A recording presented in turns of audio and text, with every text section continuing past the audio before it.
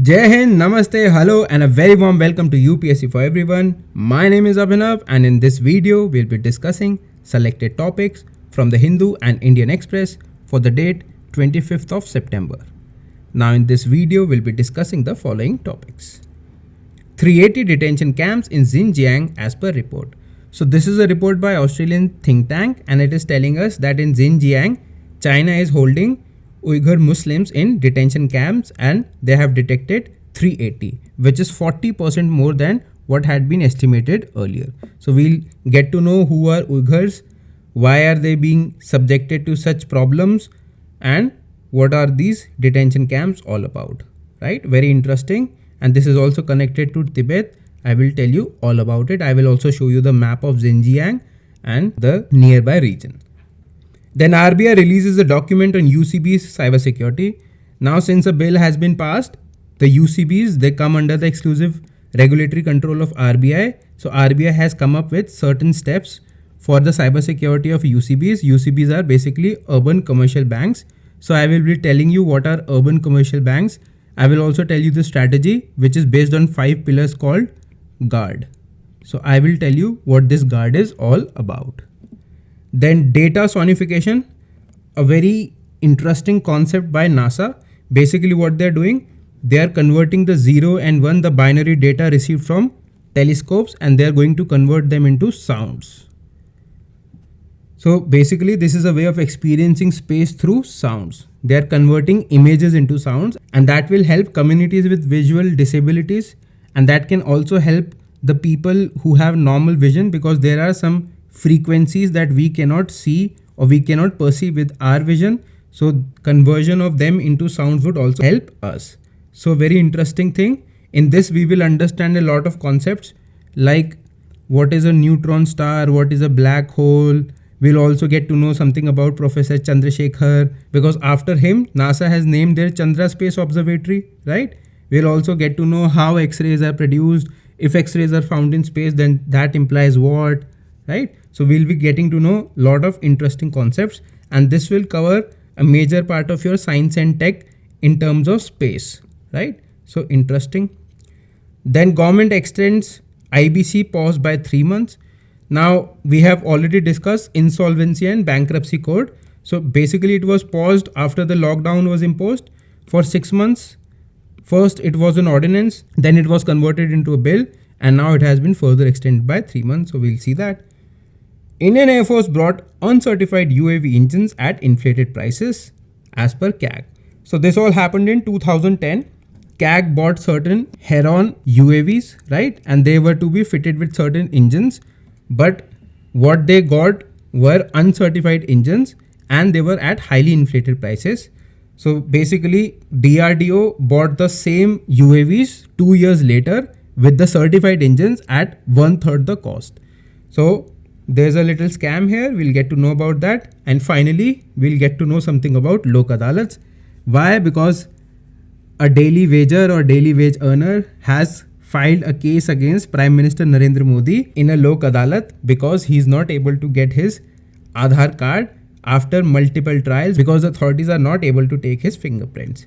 So we'll see what all are Lok Adalats about. We'll see what are Lok Adalats, what are permanent Lok Adalats, how are they composed, what are their powers, everything about them. So we'll be covering a major topic of your static part as well. So these are the topics we'll be discussing. Now let's get started. 380 detention camps in Xinjiang report. Now basically this is a report by Australian Strategic Policy Initiative, which is an Australian strategic think tank, and it is basically saying that in Xinjiang region, China is running detention camps, which it says are labor camps, and they are 40% more than what they had detected earlier, or earlier what they had predicted.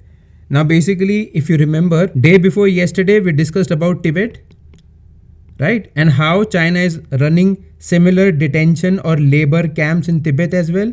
Now basically these are essentially like concentration camps that the Nazis used to run. The difference is that they are not killing people, but they are subjecting them to all sorts of atrocities. For example, the Tibetan camps, they have concretized barbed wired walls as high as 3 meters, right?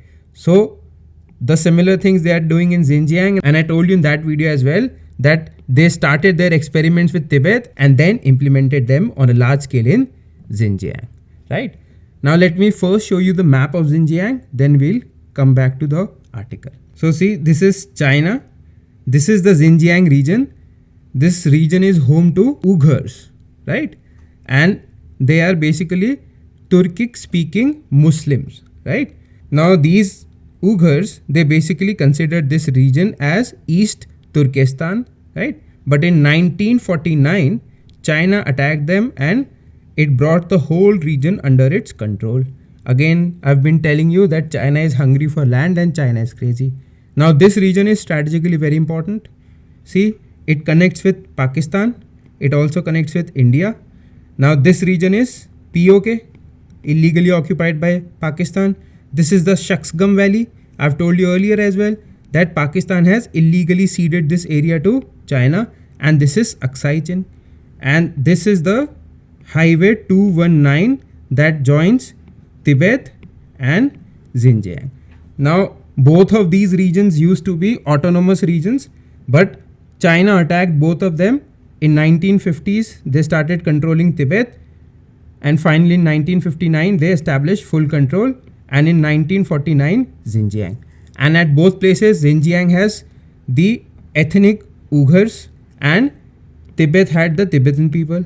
Now in both the regions, they are subjecting these unique ethnic people to atrocities to basically assimilate them into the Chinese Han way and indoctrinate these people into the ideology of the Communist Party. So they are running camps, detention camps, or you might call them concentration camps. China calls them labor camps, where they say they are allegedly giving them vocational training to basically give them better livelihoods. But we all know that that is a blatant lie. So these are the atrocities that the Chinese are carrying on. For example, in Xinjiang, they have destroyed more than 6,000 mosques, and recently they destroyed a mosque and built a toilet in its place. So this is the kind of things that they are doing to humiliate these people, to basically destroy their identity. So in Xinjiang you have Uyghurs, and in Tibet you have the Tibetan people. And I also told you how in Tibet they are basically giving incentives to the people of Tibetan ethnicity to go for cross marriages with Han people, and they are luring them with incentives that their children would get access to jobs and even membership to Communist Party. So this all is a Chinese ploy to basically kill the ethnic identities of these people, both Xinjiang and Tibet. So Tibet Free Nation and the East Turkestan region, right? Now let's see what the article is saying. So 40% more centers detected than previous estimates, says Australian Strategic Policy Initiative. Now the question arises, who are Uyghurs? I've already told you that they are Turkic speaking Muslim minority, right? And they are basically found in Xinjiang along with Central Asia, and a majority also lives in Australia. Now they have been running to Turkey, and China has signed an extradition treaty with Turkey. So Turkey is extraditing back all the Uyghurs that are basically entering Turkey. Similarly, I told you that China has signed an extradition treaty with Nepal to extradite back all the Tibetans that are seeking refuge in Nepal. So these Chinese people are really crooked. They are not right in the head. China is running hundreds of detention centers in northwest Xinjiang across a network that is much bigger than previously thought. ASPI said that it had identified more than 380 suspected detention facilities in the region, where China is believed to have held more than 1 million Uyghurs and other mostly Muslim Turkic speaking residents. Beijing claims to have given training sessions to an average of 1.29 million workers each year between 2014 and 19. I told you the same figure when we discussed the Tibet issue, right? Now, who are Uyghurs? A Muslim minority group which lives mostly in the Xinjiang province in northwest China. The Uyghurs are mostly Muslim Turkic ethnicity who regard themselves as culturally and ethnically close to Central Asian nations. They also have a language of their own called Uyghur. Now, where else are they found? Uyghur communities are also found in Uzbekistan, Kyrgyzstan, and Kazakhstan, and several thousand live in Australia. See, this is Xinjiang, this is Kazakhstan, and this is the Central Asian region. So it is a contiguous region where these people live. Now, at this point, there's also a question that why is the Islamic world so quiet on these atrocities? Where is the famous Ummah, that sense of Muslim brotherhood, the universal Muslim brotherhood? Where has it gone? Now, simply economics. I've always told you that when it comes to international relations, it is always the pragmatic decisions that win and emotions have no place, right? So, the president of Turkey, Mr. Erdogan, he can call out India for alleged atrocities in Kashmir, but he will never call out China. As a matter of fact, he has signed extradition treaty with China and he's sending back these poor Muslim Uyghurs back to China to face more repressions. So this is the double speak of these so-called leaders. Similarly, Saudi Arabia, no statement. Pakistan, who talks about Muslim causes, Muslim brotherhood, they do not raise even a single point about the Uyghurs. As a matter of fact, whenever Imran Khan has been put up questions regarding the atrocities on Uyghurs, he has always sidestepped the question. So, money trumps everything in international relations. Now, why the repressions? The communist regime in China is intolerant of ethnicities and communities other than the Han Chinese. They are especially averse to religious identities, and both the Tibetan people and the Uyghurs have their identities deeply intertwined with their religions. So again, China has a problem. In the early part of the 20th century, Uyghurs briefly declared independence, but the region was brought under the complete control of Communist China in 1949. Again, remember the five-finger strategy of Mao. So it has been active since then till now. Xinjiang is currently designated as an autonomous region. Just like Tibet, Tibet is called Tibet Autonomous Region and this is called Xinjiang Autonomous Region. But in the name of autonomy, they have nothing. Within China, like Tibet, to its south, but in reality, the province has little autonomy from the Chinese state. ASPI used satellite imagery, eyewitness accounts, media reports, and official construction tender documents for its reports. At least 61 detention sites have been constructed or have been new constructions and expansion work between July 2019 and July 2020. So within a year, see 61 detention sites. Now this is a graphic map of the detention sites. See these red. These are all the detention sites that they are building up in Xinjiang. Where the building numbers are not recorded, the camps are shown grey. Analysis shows Deban Cheng facility number 1 has 92 buildings. Circle sizes represent the number of buildings in each facility. So see, this is what China is doing. And nobody is questioning China. But of late, things are beginning to change because China is engaged in a sort of cold war with US. So US has increasingly started questioning China. As a matter of fact, USA has banned any products that are made in Xinjiang to be imported into the USA. Similarly, other human rights commissions have also started questioning China over the treatment of the Uyghurs in Xinjiang. So let's hope that these Uyghurs and the Tibetan people, they get their dignity and freedom real time soon. RBI releases document on UCB's cyber security. So UCBs are urban commercial banks, and we have already discussed urban commercial banks earlier when I told you that now they are fully under the jurisdiction or regulation of the RBI. Initially what happened that they are basically registered under States Cooperative Acts or Multi-State Cooperative Acts, and they were also subject to, some of them were subject to RBI oversight. For example, the scheduled commercial banks, they are scheduled under the Schedule 2 of RBI Act 1934, and they have to follow RBI's commands relating to CRR and SRR, and they also get RBI support.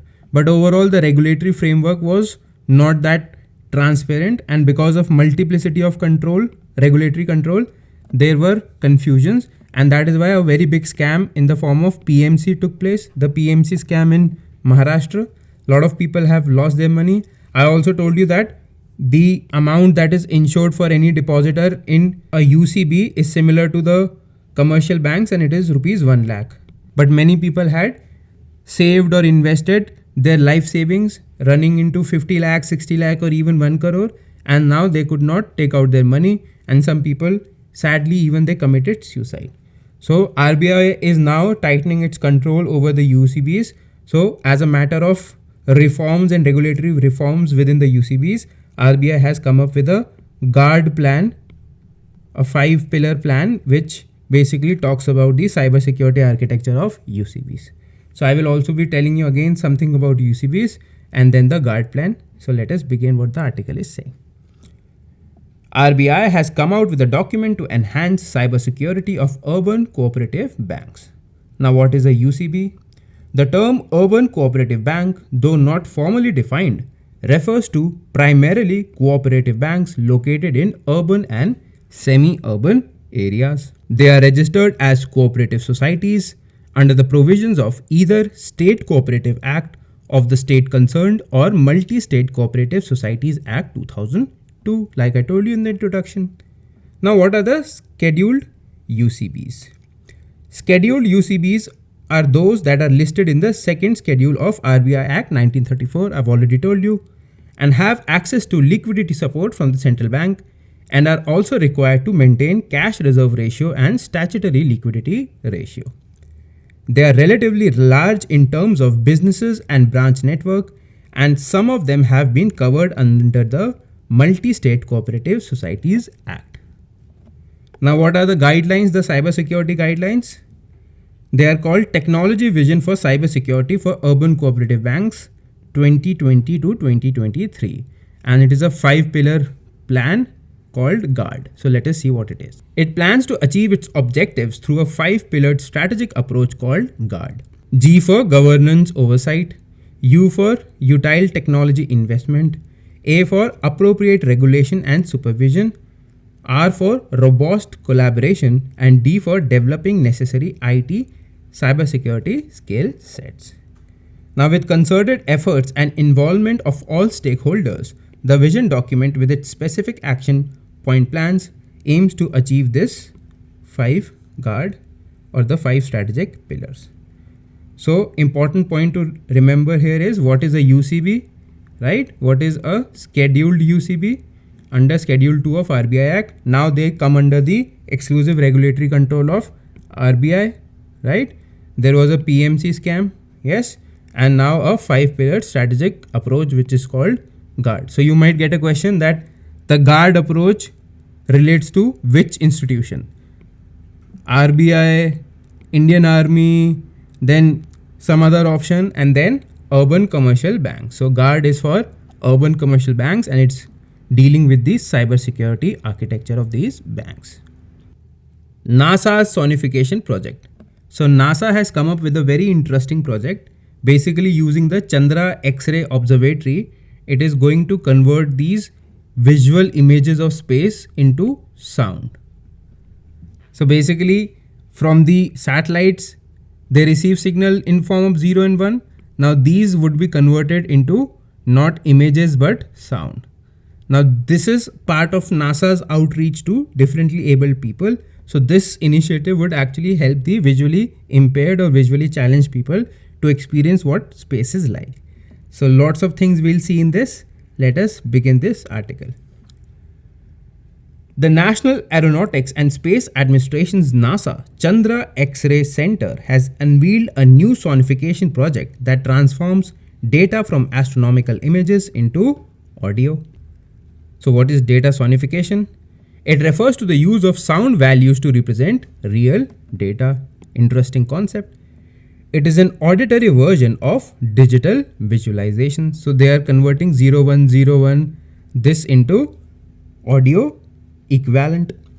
In NASA's Chandra sonification project, for instance, data is represented using a number of musical notes. The birth of a star, a cloud of dust, or even a black hole can be heard as a high or low pitched sound. So see, such an interesting subject. How does the process of images into sound translation work? Telescopes in space collect digital data in the form of ones and zeros, binary, before converting them into images. Then that signal is rebuilt to produce that image.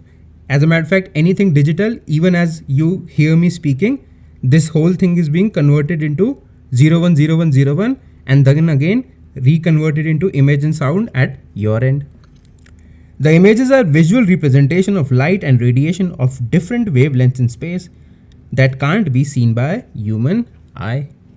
So it will help both the visually impaired as well as those who can see perfectly, but still there are some things or some signals that our eyes can't perceive. So those would be converted into sounds. The Chandra project has created a celestial concert by translating the same data into sound. Pitch and volume are used to denote the brightness and position of a celestial object or phenomena. Now, pitch is related to the frequency of sound waves. Changing the number of vibrations per second changes the pitch. Volume or loudness is related to the strength, intensity, pressure, or power of the sound. Bigger amplified vibrations result in bigger, louder sounds. So they will be mixing volume and pitch to produce sound effects that would basically emulate the signals coming from the Chandra X-ray Observatory. The data has been collected by NASA's Chandra X-ray Observatory, Hubble Space Telescope, and Spitzer Space Telescope. Thus far, Project Chandra has released 3 examples: the Galactic Center, Cassiopeia A, and Pillars of Creation Nebula. So let us see what these are. The Galactic Center. It is the rotational center of the Milky Way galaxy. I hope you know that we live in the Milky Way galaxy. It comprises a collection of celestial objects, neutron and white dwarf stars, clouds of dust and gas. A supermassive hole called Sagittarius A weighs 4 million times the mass of Sun. So imagine what kind of an object that would be. Now Cassiopeia A, located around 11,000 light years away from Earth in northern Cassiopeia constellation. Now light year is the distance that is traveled by light in 1 year. And the distances in space are basically measured in terms of light years, especially for far away places. So 11,000 light years away means that if you see that place right now standing from Earth, then that would be the reality of that place 11,000 years ago. This is Cassiopeia A and this is the concept of light years. Now Cassiopeia A is a well-known remnant of once massive star that was destroyed by a supernova explosion around 325 years ago. The Pillars of Creation. The iconic Pillars of Creation is located in the center of Eagle Nebula. It is a constellation of stars which is also known as Messier 6. Now what is the significance of data sonification? Over the years, NASA has been working towards making data about space accessible for a larger audience. Sonification projects like this allow audiences, including visually impaired communities, to experience space through data. So an outreach. Now something about the Chandra X-ray project, because it is connected to an Indian. The Chandra X-ray Observatory was launched by the Space Shuttle Columbia in 1999. The Chandra X-ray Observatory is part of NASA's fleet of great observatories, along with Hubble Space Telescope and the Spitzer Space Telescope. So NASA has a fleet of great observatories, which includes Chandra X-ray, Hubble, and Spitzer. The X-ray universe refers to the universe as observed with telescopes designed to detect X-rays. X-rays are produced in cosmos when matter is heated to millions of degrees. So this much energy is required to produce X-ray. Such temperatures occur where high magnetic fields or extreme gravity or explosive forces exist in space. So X-ray, if you find X-ray in space, that means there might be high magnetic field or extreme gravity or explosive forces in the space. The telescope is named after Nobel Prize winning Indian astrophysicist Subramaniam Chandra Shekhar. Now let us also get to know something about Mr. Subramaniam Chandra Shekhar. Subramaniam Chandra Shekhar's work implied that stars more massive than the so-called Chandrasekhar limit would eventually collapse to become objects so dense that not even light could escape it. Chandrasekhar limit is the theoretical maximum mass a white dwarf star can have and still remain a white dwarf, because after that it turns into a black hole. Although this finding was received with some skepticism at the time, it went on to form the foundation of the theory of black holes, eventually earning him a Nobel Prize in Physics for the year 1983. Now, the Hubble Space Telescope, it is one of the largest and most versatile telescopes in service. It is a space telescope that was launched into low Earth orbit, 540 km above Earth in 1990. So there are different orbits, basically low Earth, then high Earth, then geostationary, geosynchronous. Someday we'll discuss all of these when we discuss about satellites in detail. Hubble's four main instruments observe the near ultraviolet, visible and near infrared spectra. I hope you know that there's a light spectrum. So these are all the parts of those light spectrum, and they are all classified on the basis of their wavelength. Black holes. The term black hole was coined in the mid 1960s by American physicist John Archibald Wheeler.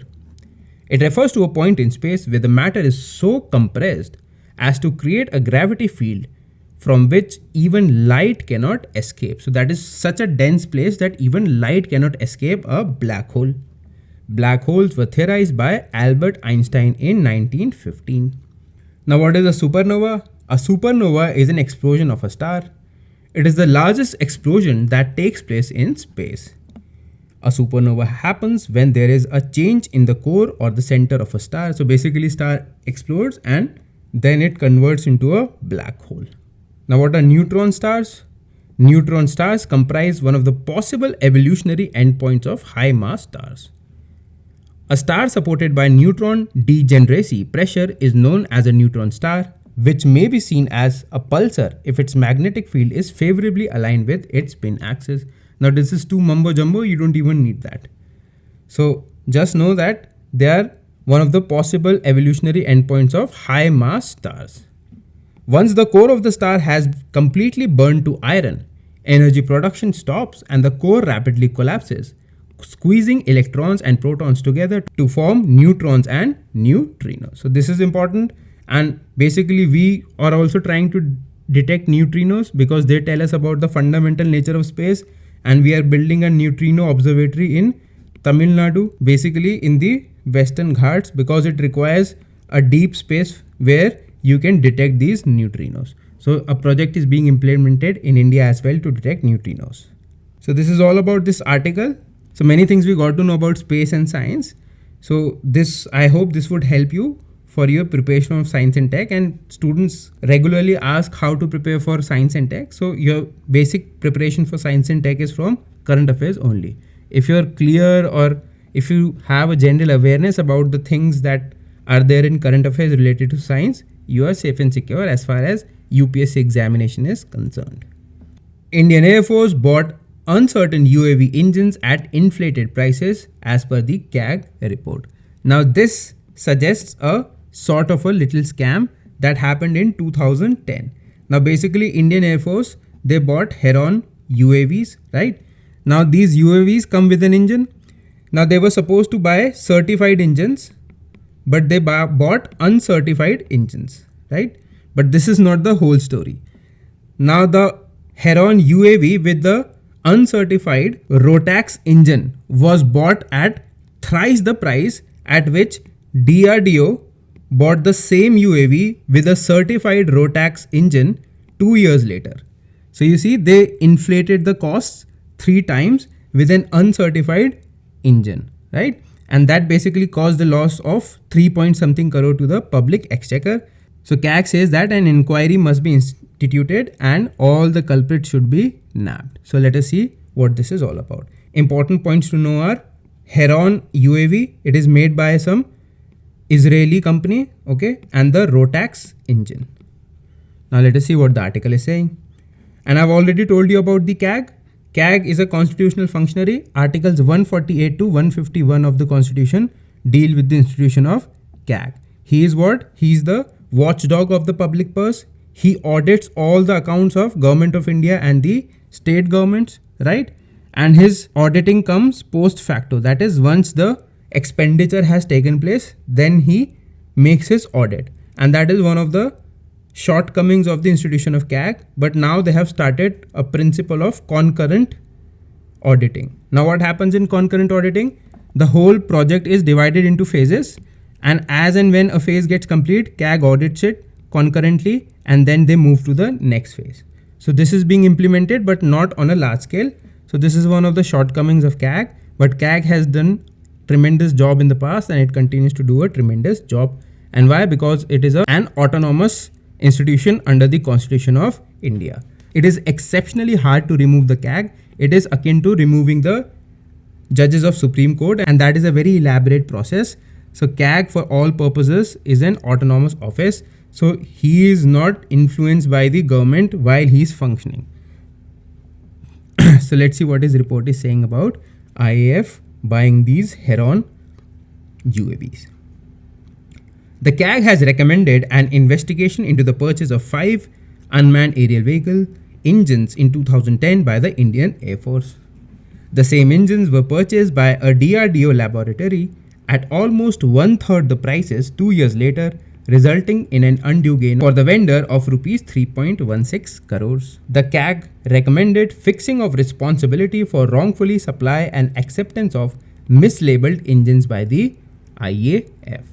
In March 2010, Air Headquarters concluded a contract with IAI, which basically supplies accessories and spares of Heron UAV at this cost, and they were to be supplied with 5 Rotax 914 F3 engines that were to be fitted on Herons. Now these are the certified engines, but what they got was 914 UL engine, which is uncertified, and that is the problem. So that is how they swindled the money. They replaced these certified engines with the uncertified one, and whoever accepted the delivery, that person mislabeled the engines and he accepted the wrong items.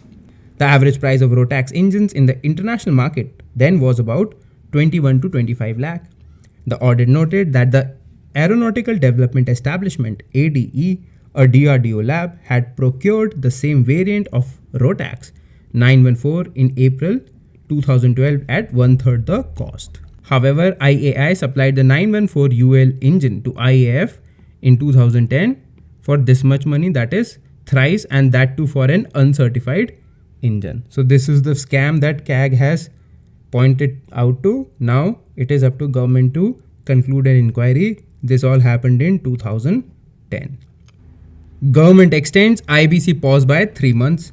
So we have already discussed that what is IBC. This is Insolvency and Bankruptcy Code, and under this, if a company is about to go bankrupt, it will file for IBC. Then the lenders would step in and they would basically liquidate the company, and they would recover their investments whatever they can.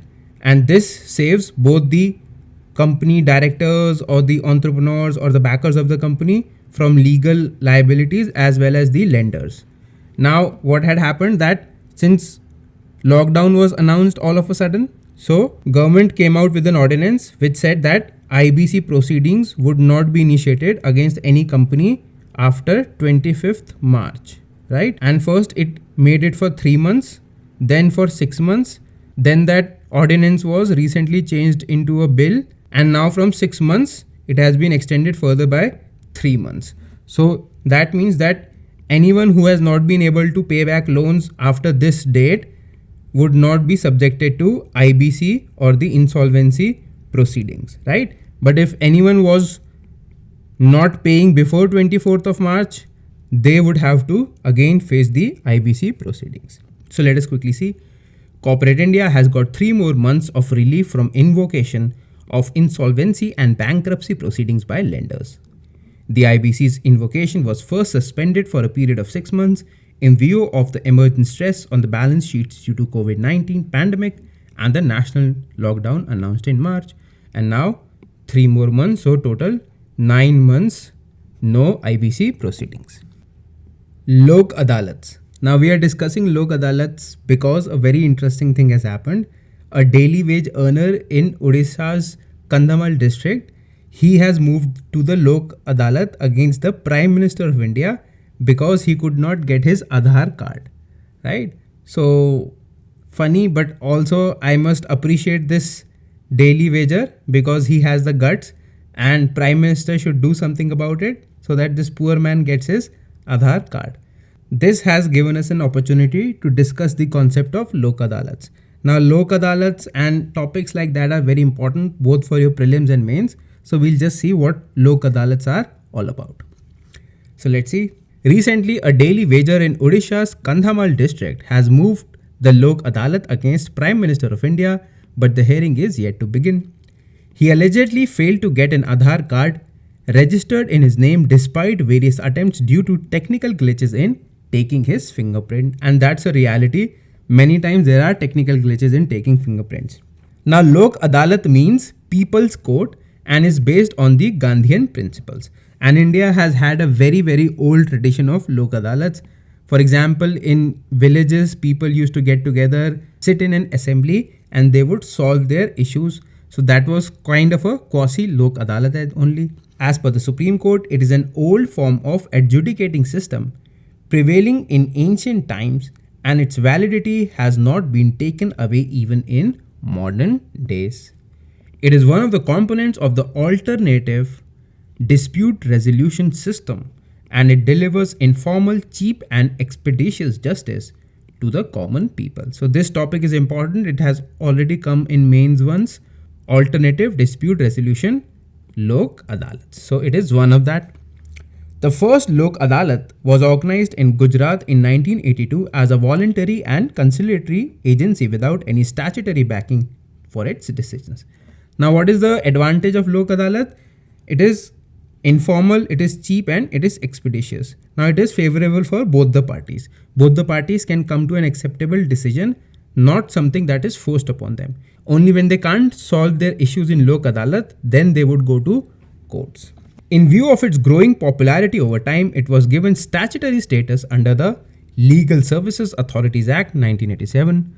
The Act makes the provisions relating to organization and functioning of Lok Adalats. So under which Act? The Legal Services Authorization Act 1987, and under this we have bodies like NALSA, SALSA and DALSA. Now they basically provide free legal aid to petitioners or people who are not able to afford lawyers, and there are so many under trials in India who languish in jail, and so many under trials who spend more time in jail than what the offense they have been arrested for, and had they been actually convicted they would have been free sooner. So this is an irony in India. Why? Because lack of legal services or lawyers. So NALSA, SALSA and DALSA at national, state and district level, they provide free legal advice to such people. The State District Legal Services Authority or the Supreme Court, High Court, Taluk Legal Service Committee may organize Lok Adalat at such intervals and places for exercising such jurisdiction and for such areas as it thinks fit. For example, you might have heard about Traffic Lok Adalat, where you can go and settle your traffic challans. So these are organized by the state and district legal service authorities. Every Lok Adalat organized for an area shall consist of such member of serving or retired judicial officer. So there could be a question regarding Lok Adalats, who all can be members. So both serving and retired judicial officers can be members, and other persons of the area as may be specified by the agency organizing. So whosoever is organizing, for example, the State Legal Service Authority or the District Legal Service Authority, they would specify the constitution of the Lok Adalat. Generally, a Lok Adalat consists of a judicial officer as the chairman and a lawyer, advocate and a social worker as members. So this is general composition. National Legal Services Authority, NALSA, along with other legal service institutions, conducts Lok Adalats. Now something about NALSA, that NALSA was constituted under the Legal Services Authorities Act 1987, I just told you, which came into force on 9th November 1995 to establish a nationwide uniform network for providing free and competent legal services to weaker sections of society. The plight of the under trials, right? What is the jurisdiction of the Lok Adalats? A Lok Adalat shall have jurisdiction to determine and to arrive at a compromise. So they come at a compromise or settlement. No overbearing decision, but compromise or settlement. And once both the parties accept the compromise or settlement, then it is final. Then they don't go to the courts. Between the parties to a dispute in respect of any case pending before any court or any matter which is falling within the jurisdiction of any court and is not brought before such court. So they have filed the case, but the court has not begun the hearing, so they can go to Lok Adalat. Any case pending before the court can be referred to Lok Adalat for settlement if, so number one, pre-litigation stage where the cases have just been filed but they have not been brought before the court, and those cases that are pending, they can be sent if parties agree to settle the dispute in Lok Adalat or one of the parties applies for referral of the case to the Lok Adalat or court is satisfied that the matter can be solved by a Lok Adalat. So basically what happens, you go before a judge. So either both the parties say, sir or madam, we want to settle this in the Lok Adalat, or one party applies for taking the case to Lok Adalat, or the court thinks that it is a fit case to be referred to Lok Adalat, then such a case which is pending before the court can be referred to Lok Adalat. So pre-litigation stage and at the litigation stage, three conditions: if both parties appeal, if one of the parties appeal, or if the court thinks that it is a fit case to be referred to Lok Adalat. In the case of a pre-litigation dispute, the matter can be referred to the Lok Adalat on receipt of an application from any one of the parties to the dispute. Again, you request and you go to Lok Adalat. Matters such as matrimonial, family disputes, criminal, compoundable offences. Now, compoundable offences are such offences for which you just have to pay a fine. You don't have to go to prison. So for such cases, such criminal cases, you can go to Lok Adalat. Land acquisition cases, labor disputes, workmen's compensation cases, bank robbery cases, etc. are being taken up in Lok Adalats. So again, there could be a question that regarding Lok Adalats, criminal cases cannot be accepted, criminal cases can be accepted. So these are two options. Then the third is only compoundable criminal offences can be accepted, and fourth, only non-compoundable criminal offences can be accepted. So your answer should be criminal compoundable offences, right? Because if you tick criminal offences, then that contains both compoundable and non-compoundable. So your answer would be wrong.